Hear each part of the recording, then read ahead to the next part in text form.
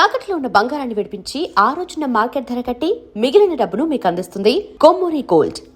ఎలా ఉంటుంది సార్ మీరు యాజ్ అంటే యాజ్ ఒక ఫిల్మ్ మేకర్గా, డైరెక్టర్గా మీ దృష్టిలో మీరు వర్క్ చేసిన వాళ్ళలో బెస్ట్ యాక్టర్ ఎవరు sir?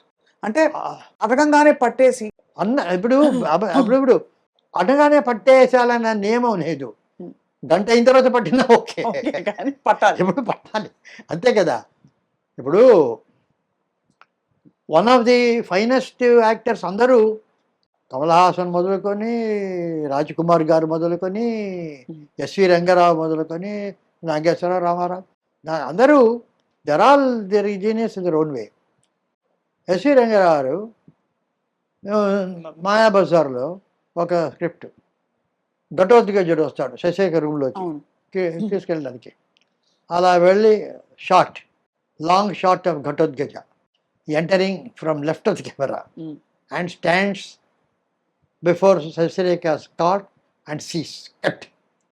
Low angle, close shot of Ghatotkacha seeing happily. ఇది షాట్, అది తీయాలి. సో నేను వెనక కూర్చున్నాను. అక్కడ ఘటోద్గజుడు వెంకటేశ్వర గారు, కేవీ రెడ్డి గారు కూర్చున్నారు. సార్ ఆయన సార్ అని పిలిచారు.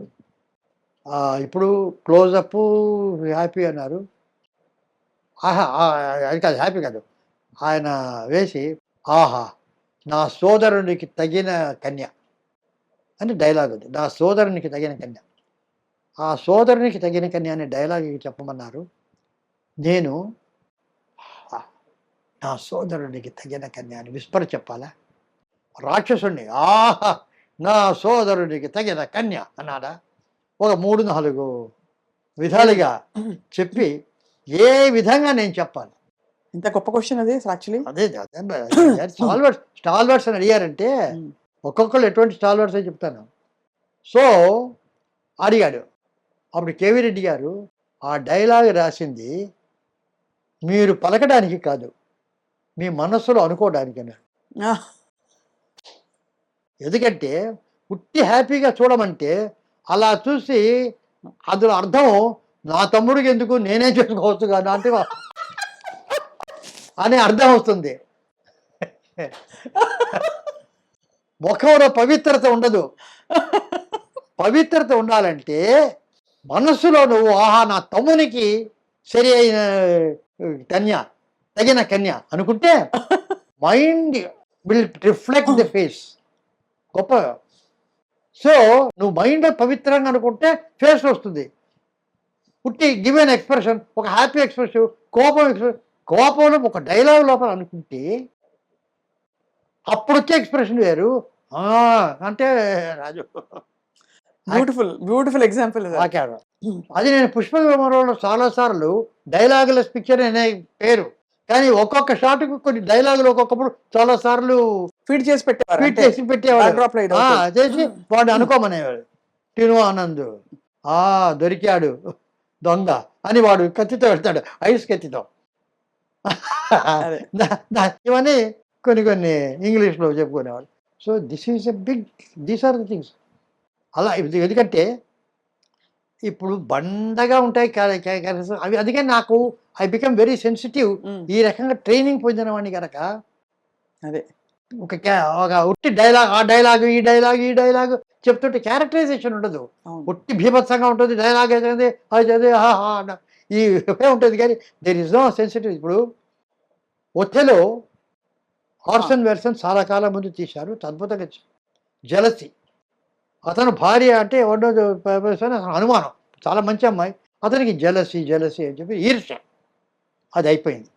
ఆ తర్వాత చాలా కాలానికి కలర్లో ఒథెలో, అది రష్యాలో వచ్చింది, రష్యన్ లాంగ్వేజ్లో, అది చూశారు. అందులో ఏమిటంటే అదే ఒథెలో అదే కథ, అదే జలసి ఈర్ష్య కాదు, ట్రస్ట్ బిట్రేడ్ అన్నారు.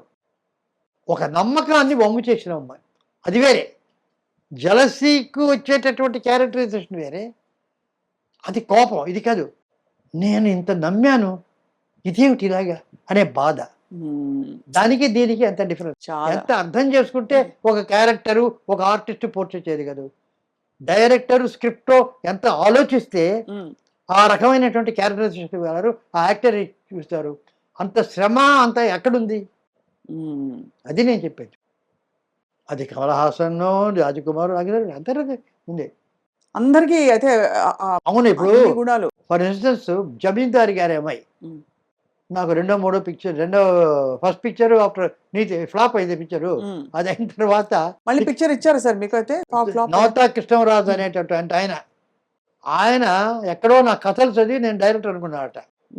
నేను చెప్పా నవతా కృష్ణరాజు, అయ్యా ఫ్లాప్ అయింది, ఎందుకు ఫస్ట్ పిక్చర్ మీరు చూస్తున్నారు అని చెప్తే, నేను తీస్తాను డిస్ట్రిబ్యూటర్స్ కాదంటారు ఏమైనా కూడా అనమాట. జమీందార్ గారు శీష్ మహల్ అని ఒక హిందీ స్టోరీ అది కొన్నాడు ఆయన. సో ఆయన ఎస్వి రంగారావు జమీందార్, ఆయన కూతురు శారద ఏదో స్క్రిప్ట్ రాసుకున్నారు, డివి నరసరాజు గారు దానికి రైట్ చేశాము. ఆయన జమీందార్ ఎటువంటి క్యారెక్టర్ అంటే బోలా మనిషి, అందరికీ డబ్బిచ్చేస్తారు. అలా డబ్బిచ్చి తను ఉన్నదంతా పోగొట్టుకొని తను కట్టిన సత్రంలోనే ఉంటూ ఎవడైతే తనకు డబ్బిచ్చారో వాడు కొని ఈ మహల్ని అనుభవిస్తాడు. ఇది కథ. తర్వాత వాడు కొడుకు కూతురు రెమాన్స్ అనేది ఇది శేష్ మహల్. ఫస్ట్ షెడ్యూల్ చేశాం, బ్రహ్మాండంగా చేశారు. సరే నేను ఒక లో యాంగిల్ చెస్ బోర్డ్, అది చెస్ ఆడతాడు ఫ్రెండ్తో, ఆ జమీందారు చెస్ బోర్డు ఇలా లో యాంగిల్లో పెట్టి చెస్ బోర్డ్ పెట్టి ఎస్వి రంగారావు ఆడేటట్టుగా చెప్పాను. ఇది పెట్టాను నేను, మాకు ఇదే అంటే మాయాబజార్ నుంచి పరిచయం కదా బాగా. That intimacy those days are very very good and interesting, especially with assistant directors.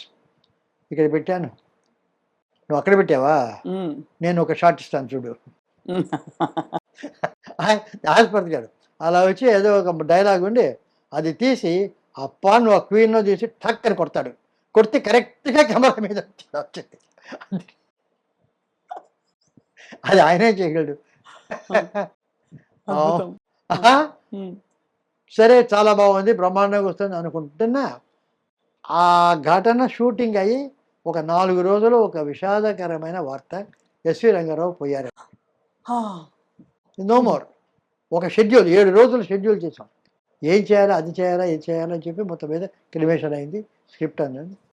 అప్పుడు ఒకరే వ్యక్తి ఆ కొన్ని షార్ట్స్ ఆయన లేని షార్ట్స్ అలా ఉంచి అన్నిట్లో ఆయన ఉన్నాడు, గుమ్మడి వెంకటేశ్వరరావు గారు. ఆయన్ని పెట్టి ఆయనతో తీద్దామని చెప్పి గుమ్మడి వెంకటేశ్వరరావు పెట్టాం, వెళ్ళాం. శంకరరావు బాగున్నాడు, మంచి క్యారెక్టర్, ఆయన పోవడం వెరీ సాడ్, బట్ నేను చేస్తాను అన్నాడు, ఒప్పుకున్నాడు. నాకు ఒక సందేహప్రాణి, గుమ్మడి వెంకటేశ్వరరావు బాగుంటుంది, బాగా ఫ్రెండ్ తెలుసు, అంతా చేశాడు. నాకు ఎప్పుడు సందేహం వచ్చినా ఒక 2-3 ఎల్వి నరసరాజు గారు చాలా ముఖ్యంగా అడ్వైస్ అడిగేది ఎల్వి ప్రసాద్ గారిని. ఎల్వి ప్రసాద్ దగ్గరికి వెళ్తా, సార్ ఏదన్నా నాకు సందేహం ఉంటే ఆయన దగ్గరికి వెళ్ళి ఎవరా కూర్చుంటే ఈ రకంగా జమీందార్ గారు అమ్మాయి చేస్తాం, రంగారావు గారు పోయారు, గుమ్మడి వెంకటేశ్వర పెట్టాను, ఇది విషయం నాకు తెలియదు, ఏమిటో ఉంది, మీరు ఏమనుకుంటున్నారు, ఎట్లా ఉన్నారు? ఫస్ట్ క్లాస్, ఆయనకంటే ఎవరు ఉన్నారు, కరెక్ట్గా చేయరు. కానీ ఒకటి గుర్తుంచుకో, ఆ క్యారెక్టర్ బోలా మనిషి, అందరికీ డబ్బిచ్చే క్యారెక్టర్.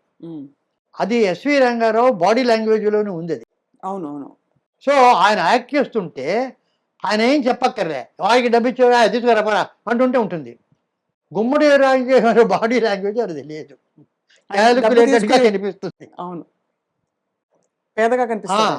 సో ఆయనగా ఆ క్యారెక్టర్ని కనుక వచ్చి క్యారెక్టర్ చేస్తే బోలాగా చేయగలిగిన సమర్థుడు ఎస్వి రంగారావు గారు చెప్పక్కర్లే, గుమ్మడి వారికి చెప్పాలి. కానీ ఒకవేళ ఆయన బిజీ షెడ్యూల్ అది కనుక ఆయనకి తట్టకపోతే యాజ్ అ డైరెక్టర్ నీ బాధ్యత. ఆయన కనుక అది చెక్కకపోతే అది ఆయన తప్పు కాదు, నీ తప్పు. As a director your mistake. So you go have to tell this. అబ్బా అని నేరుగా గుమ్మడి వెంకటేశ్వర ఇంటికి వెళ్ళి పిలిచి చెప్పాను, ఈ రకంగా ఎల్వి ప్రసాద్ గారు పెట్టాను, ఆయన బోలా బాడీ లాంగ్వేజ్లు ఉందన్నారు, మీ దగ్గర లేదన్నారు, ఇది చెప్పమన్నారు అని చెప్పాను. ఆయన చాలా అప్రిషియేట్ చేశారు, అందుకేనా మహానుభావులు వాళ్ళంతా, అటువంటి దిగ్దర్శకులు అని చెప్పి, సరే నేను ప్రాక్టీస్ అని he got that feeling and he did it excellently like. So క్యారెక్టరైజేషన్స్లో వస్తుంది డ్రామా అంతా కూడా. అవును కదా సార్. లేకపోతే మీరైతే ప్రతి క్యారెక్టర్ కి మీరు హ్యాండ్ పిక్ చేసేవారు యాక్టర్స్ ని. ఆ? హ్యాండ్ పిక్ చేయడం అంటే అంటే వీళ్ళకి అది ఈ ఒకప్పుడు సినిమాకి రాదు, ఒకప్పుడు రాదు. ఎందుకంటే ఒక క్యారెక్టర్ ఉందంటే క్యారెక్టర్ని బట్టి బాగా యాక్ట్ చేయాలి. ఒక్కొక్కప్పుడు కరెక్ట్గా అతుకుతుంది స్టోరీలో, సరిగ్గా ట్రై చేస్తాం, ఒక్కొక్కప్పుడు రాదు. ఉమ్, అప్పుడు అది అంతా అంతా కనుకైతే ఎక్కడో ఉంటాం కదా. వీఆర్ ఆల్ నాట్ కొద్దిగా హ్యూమన్ బీయింగ్స్. ఒక ఒక పర్సంటేజ్లో వీఆర్ ఆల్ సక్సెస్ఫుల్. అవునవును. వీఆర్ నాట్ దట్ ఇది ప్రతిదీ అలా చేసేటటువంటి కాదు. దొరకరు ఒక్కోసారి దొరకరు ఎక్కువ ఆర్టిస్టులు. సార్లు దొరకదు. ఎక్కువ సార్లు ఒక్కొక్కసారి కదా, ఎక్కువ ఉమ్, ఎక్కువ చాలా అంటే అనుకున్నది అంత పర్ఫెక్ట్గా రావాలంటే వెరీ డిఫికల్ట్. ఉమ్, బాగానే వస్తుంది, 75-80% వస్తుంది ఉమ్. డైరెక్ట్. అన్ని చోట్ల అన్ని విజయాలు మ్యూజిక్లో వాటిల్లో పెట్టడం అనుకున్నట్టుగా రాలేదు.